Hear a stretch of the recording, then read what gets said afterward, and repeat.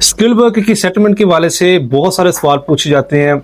Main जिसमें question ये होता है कि मैं एक एम्प्लॉयर के साथ यूके में ऑलरेडी मौजूद हूँ, जो कि मेरी जो है सैलरीज नहीं रन कर रहा था या और मामला थे, लाइसेंस रिवोक हो गया और मैंने एक नया एम्प्लॉयर के साथ अपना वीज़ा स्विच किया जो कि लेट्स से 1 साल पूरा पेंडिंग रहा।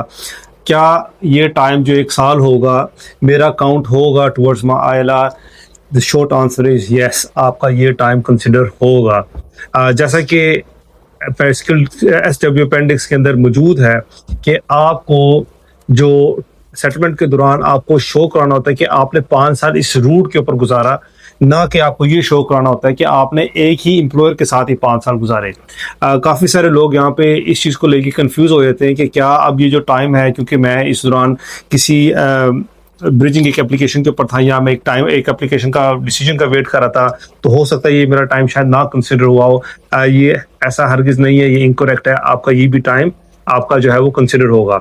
मेन चीज़ आप फोकस करें कि जब भी आप एप्लीकेशन डालें अपनी स्किल वर्कर जो सेटलमेंट की, आप उस वक्त उस डेट पे आप अपनी बाकी की सारी रिक्वायरमेंट मीट करते हो। Thank you so much for watching. For more updates stay tuned. Thank you so much.